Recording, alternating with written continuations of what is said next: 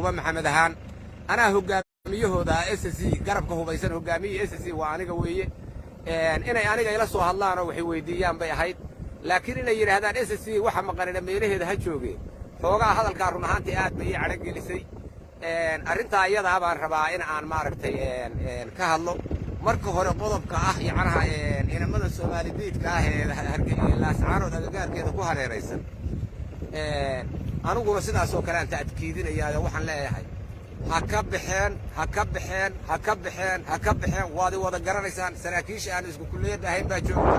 dhammaantiin sawirkayga waad wada garanaysaan hadalkayga waad wada garanaysaan gobolka Sool iyo agagaarkiisa haddaad ka bixi weydaan waxay igu wallaahay inaad ciqaab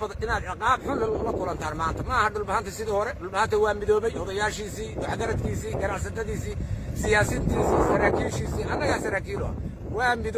midownay waqtigii aanu kala tafaraaraqsanayn aad ka faa'iidaysanayseen ma ilaahay baan ku dhaartay haddaad ka guuri weydaan cawaaqib xun baad la kulmaysaan ogaada mar labaadka waxaan leeyahay odayaashu kelmadda ay yiraahdeen SSC yacnaha meelahooda ha joogto dhammaan waxaan amrayaa maadaama aan ahay hogaamiye SSC dhammaan waxaan amrayaa ciidamada SSC ee ka fog ee degmooyinka wali ku xayiran inay si degdeg u soo galaan gobolka Sool si degdeg inay u soo galaan baan amrayaa saraakiishooda iyo ciidamadaba waxaan amrayaa inay si degdeg u soo galaan xagga nabadgelyada marka la fiiriyo meesha ay lahayd odayaashu yacnaha waxa weeye ciidamadii hore joogay baa yacnaha ku hayaayeen hadda annaga joogno oo yacnaha waxa weeye waxa laga yaabaa inaydan war badan ka hayn laakiin nabadgelyada ciidamada SSC baa sugaya la isku layn maayo cid layn kartaa ma jirto qabiil ku duuli karaa ma jiro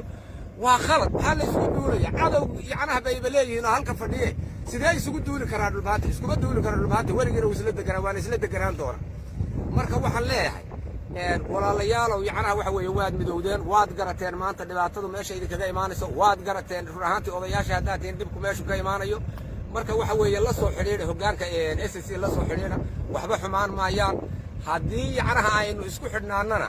hadda nimankan Soomaalidiidka ahi haddee baydanka leeyahay yacnaha ma ay haysteen saacadee tafaraaruqa iyo inaga dhexdeena kala daadsanaanta baa waqtigaa inagu soo gaarsiisay marka aad iyo aad baan odayaasha u bogaadinayaa Soomaalidiidkana haddee baydanka leeyahay yacnaha waxa weeye hadday bixi waayaan oo si degdeg u bixi waayaan oo waliba jawaabta bixin waayaan oo odhan waayaan waa baxaynaa